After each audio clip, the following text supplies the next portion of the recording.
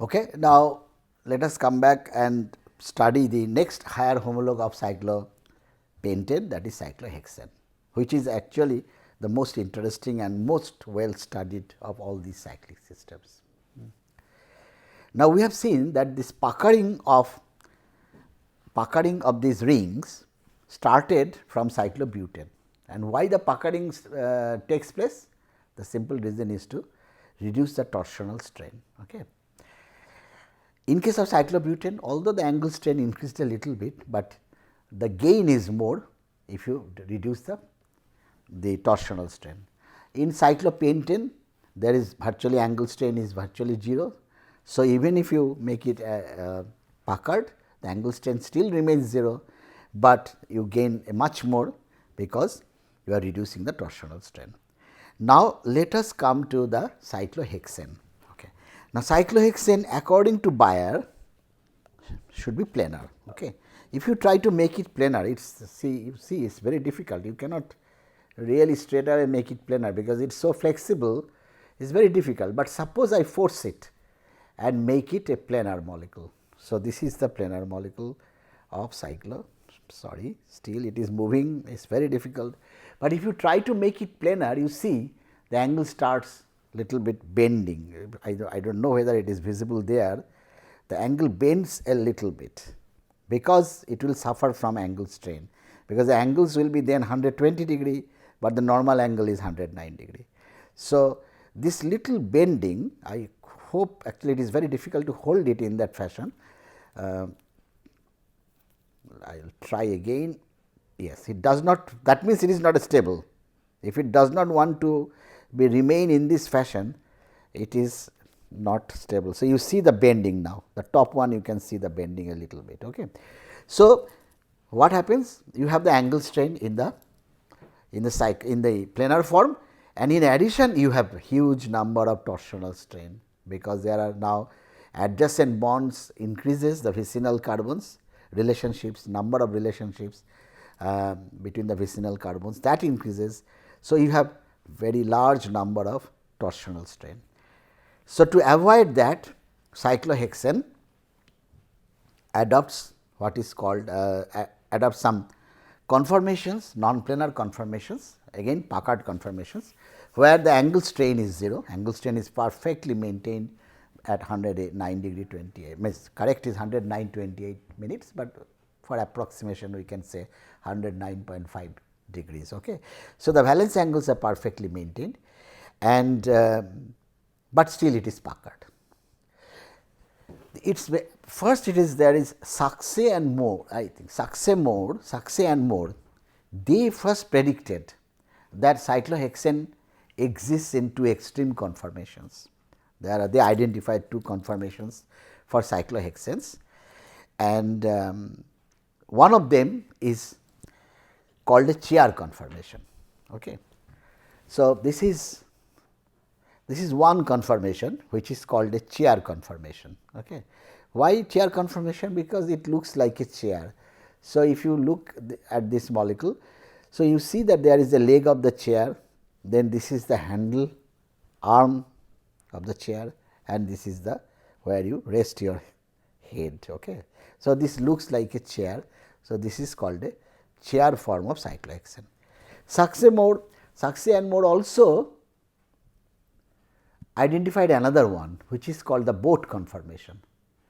This is what is called a boat conformation. This is, you see, this is very flexible. So, that is why I could get to these conformations very easily. So, this is the chair conformation, again I show, and this is the boat conformation. Okay. So, these two they identified. Now, how to draw the chair and the boat conformations of cyclohexane? I can draw it quite quickly because I have done it up to number of times. So, first draw the chair conformation, and this is the chair form,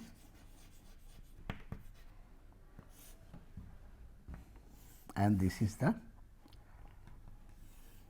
boat conformation.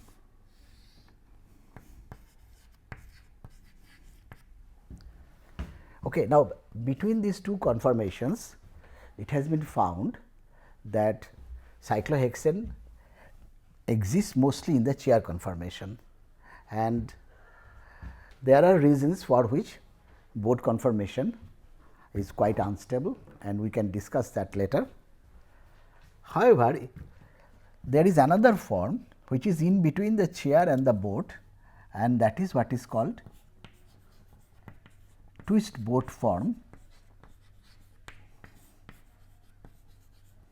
We will come back to this later. This twist board form has lower energy than the board form, but has higher energy than the chair form. And it is true that most of the cyclohexane molecule exists mostly in the chair conformation. And let us inspect the chair conformation,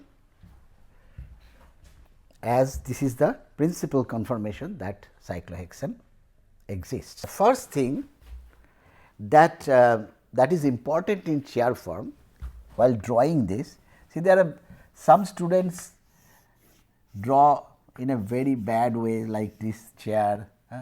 So, there are certain rules in drawing this chair form or certain architectural pattern that this chair form follows. Okay. And what is this? So, we have to identify that what are the important criteria or important points architectural, from architectural point of view, okay, or geometric point of view, what are the criteria that it satisfies. Okay. This is the chair form again. We put some number, carbon numbering, that will help 1, 2, 3, 4, 5 and 6. Okay.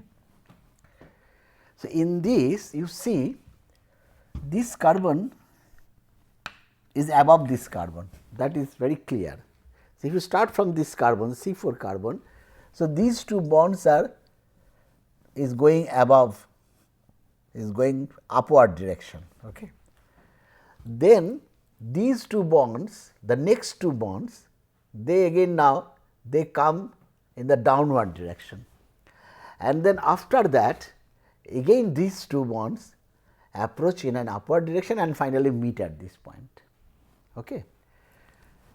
So, what happens now? You have 3 upward points. These 3 are the upward points, because these bonds are going up and these bonds are also going up, and you have 3 downward points. 3 downward points. Let us see whether we can use different chalks. So, these are the 3 downward points. Okay. So, what happens here? This C1,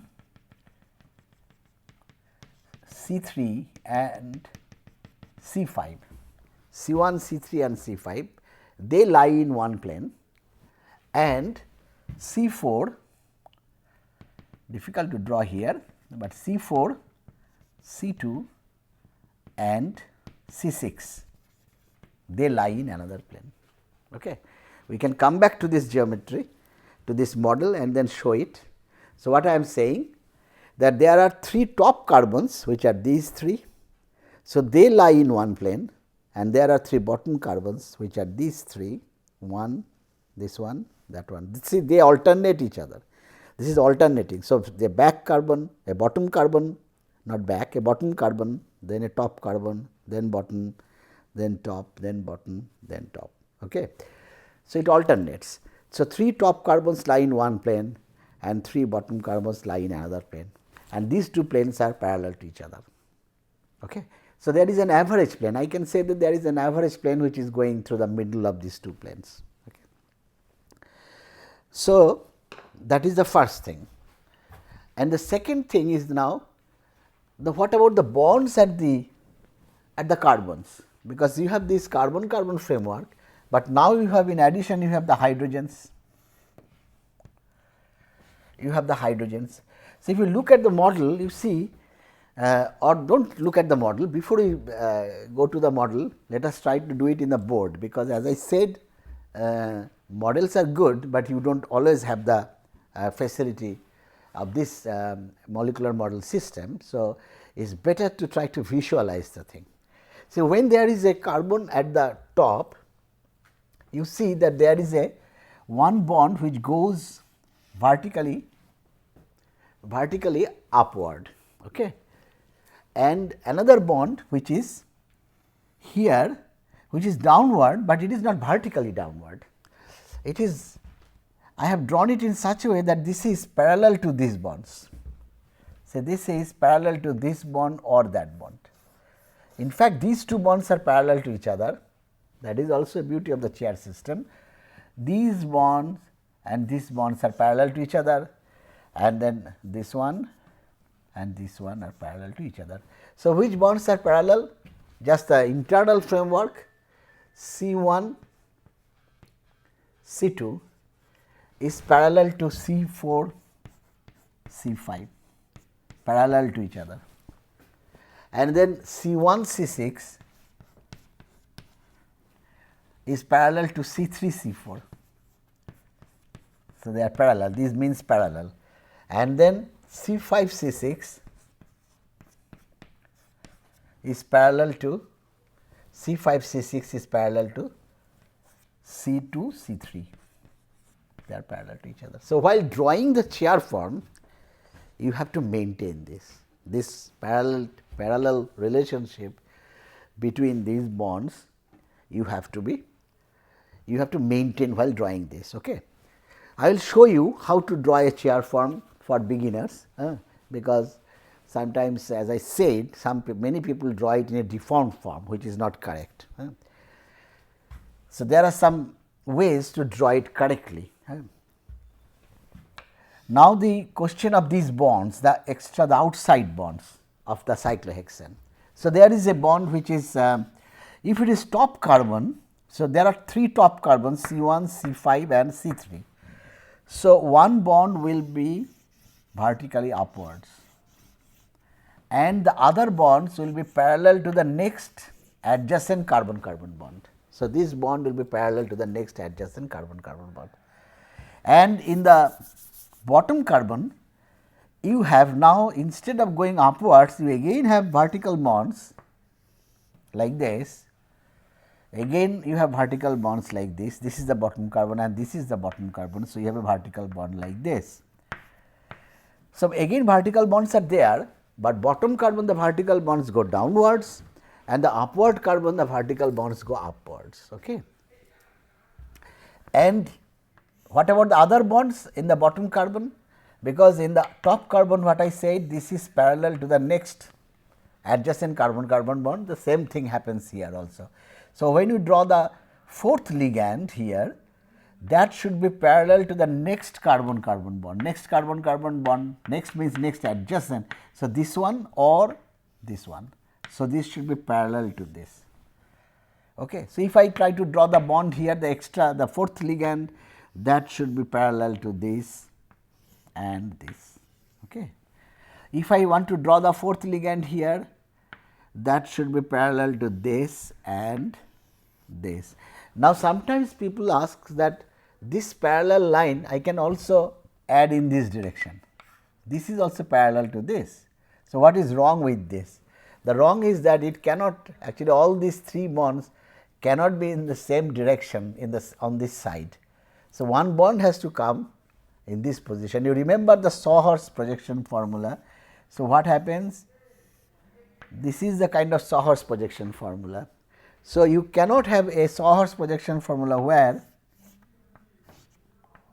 this is there. This is in the Sawhorse, it is not possible. Okay. So, that is why there is no bond in this direction, although this is parallel to this bond. Okay. So, it is parallel, but going in the opposite direction. This is parallel, but going in the opposite direction. This goes from here to there, this goes from here to the opposite direction. So, we have identified how to draw the inward bonds. The inward bonds, as I said, these are parallel to each other, and outward, the outside, the bonds, the outside bond, that means which are not making the ring. So, outside the outward bonds, they are, we have identified some vertical and some vertical bonds like this, and some bonds which are parallel to the next adjacent carbon-carbon bond. Okay. Now, there are other points which we need to remember, that is, we have said that there is a plane here C1, C5, C1, C3, C5 lies in one plane, and this plane, if it is a reference plane, then this bond is above that plane, above the plane containing C1, C3, C5.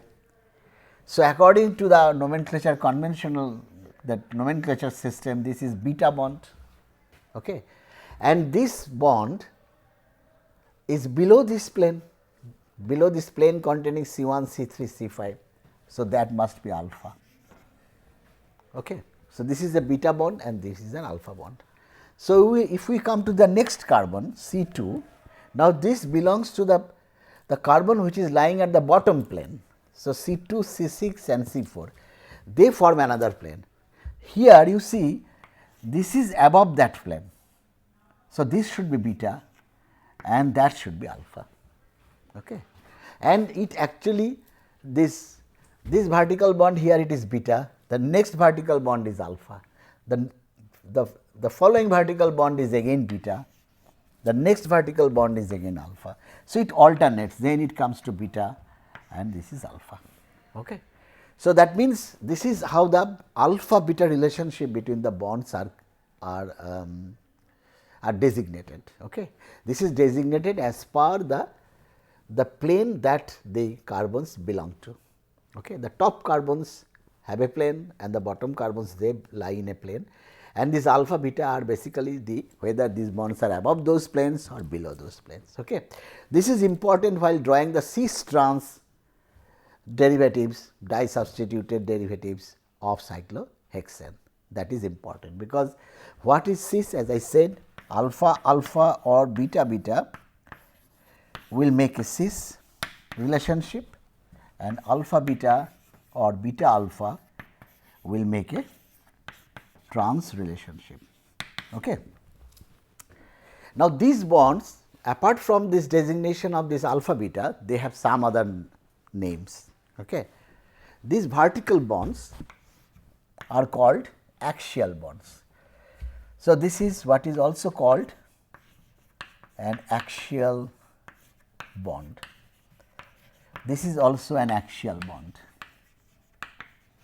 Okay. And the other bonds, see, one thing is very interesting, that these axial bond is perpendicular to the plane containing these 3 carbons. So, it is just orthogonal to that plane. However, this is going down, but it is not orthogonal to this plane. It is lying little bit closer to that plane. I can go to the model. See, if I take the model, so you can see this is the bottom carbon. So, this is going downwards, vertically downwards. So, that is the axial bond, and this bond is the equatorial bond. This is going upwards, but it is not that far away from the bond, from the plane that I am talking about. This carbon, that carbon and these carbons are the bottom carbons, that makes a plane. So, this is little bit above that plane, it is beta, but the point I want to emphasize is that this is going far away from this plane, but this is slightly above the plane. So, these are called equatorial bonds, because if you think this is as they are kind of a circle, if you put a circle here, a plane containing a circle. So, these bonds lie close to the circle. So, the equatorial concept came from that if you have this our mother earth. So, what happens, this is the kind of, say, the equatorial the equator. So, the things which lie close to the equator are called the equatorial bonds. Okay. See, you can always say bonds which are not axial, they are equatorial, but that is not the correct way of saying. You should know the origin of equatorial bonds, because it lies equatorial. Basically, what happens that if you consider this as a circle, now a circular plane. So, these bonds lie close to the circular plane, the plane of that circle, rather than these bonds. These are actually going, these are orthogonal to that plane. So, they are called axial and this is equatorial. Now, why these are called, this is equatorial we understand, because it is closer to this the plane, if I think it is a circular plane. So, they are called equatorial, but why it is called axial? It could have been called vertical bonds, but we do not call it vertical bonds, okay? We call it axial bonds. So, what is the definition of axial bond? Now, you can say bonds which are vertical to each other, vertical, the bonds are all vertical, axial bonds are all vertical. Okay. So, you can define it as that vertical bonds are axial and the other bonds are equatorial. You can also tell that bonds which are mutually parallel to each other, this bond is parallel to this bond, see all these bonds are parallel to each other here, the axial bonds. So, bonds which are mutually parallel to each other, they are axial bonds. That is another way of looking at it. However, the question is what is the origin, means like equatorial name has a origin, because it is close to the equatorial plane of the cyclohexane system. Axial must have why it is called axial bonds, they must have a origin, the name originated from something else, that is why it is called axial bonds.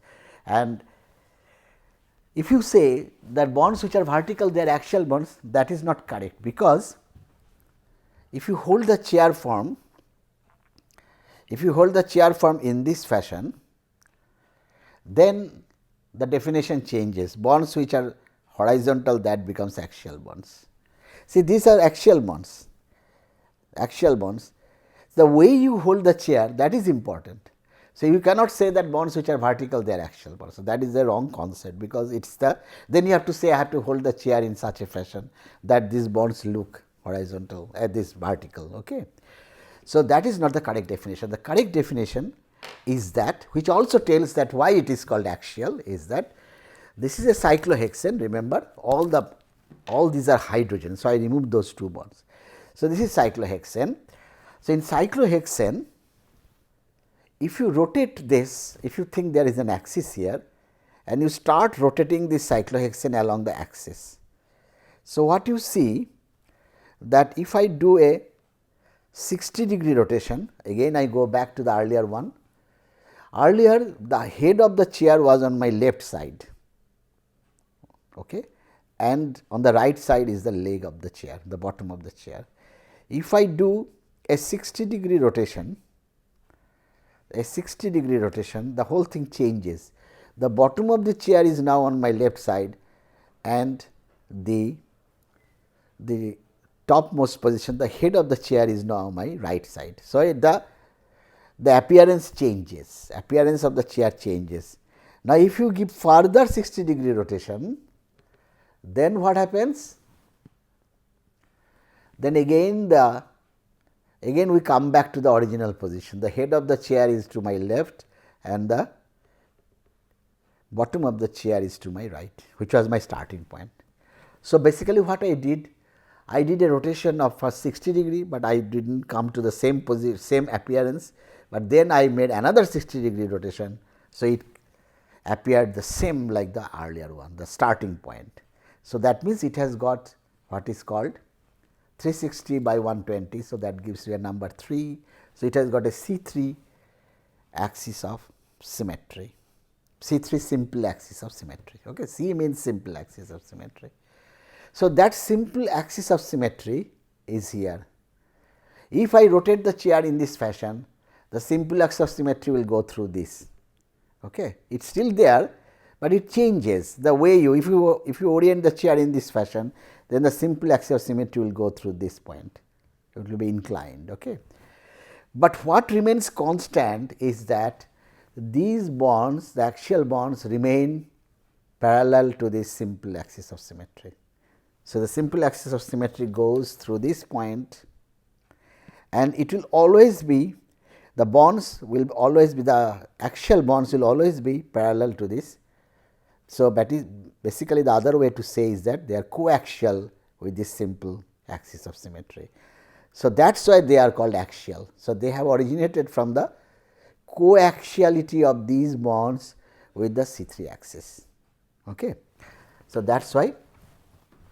So, now what we learned, that there are, first of all, cyclohexane exists mostly in the chair form. As I will come back to the half chair later on when we do the energy profile analysis, but right now concentrate on the chair form. That is the most common form, most stable form. We have identified two types of bonds at the carbons. You can define it in two ways, either axial equatorial or you can say beta alpha. So, there are two ways of descriptors. One is axial. So, what is the axial bonds? Bonds which are coaxial with C3, because it has got a C3 axis. Okay. So, that is the correct definition of axial bonds, and the bonds which are very close, which are lying almost in the equatorial plane, that is called the equatorial bonds. So, these concepts are very important. We will just end up with one more concept, but next class will definitely will elaborate that issue. The issue is that this chair form, like pseudo rotation, I have told you already in cyclopentane, that the bond all in cyclobutane also, that the bonds which are up they go down, the bonds which are down they go up. That is happening all the time. In chair form also very similar thing happens. The bottom of the chair can go up and the head of the chair can go down. So, this is again, that is what is now in this case it is called flipping. It is very similar to pseudo rotation, but we have a special term here, the chair flips. Chair flips because, why flipping? Because the head of the chair becomes the bottom of the chair and the bottom of the chair becomes the head of the chair. Okay. So, this is the, I again show the process of flipping, that the bottom of the chair goes up and the head of the chair goes down. Okay. And what happens? The chair looks like looks little bit different. Earlier it was looking like this, now it will look like a mirror image of this, because this goes down and this goes up. Okay. So, if we follow this numbering, that means this is 1, that is 2, that is 3, that is 4, that is 5, that is 6. Okay.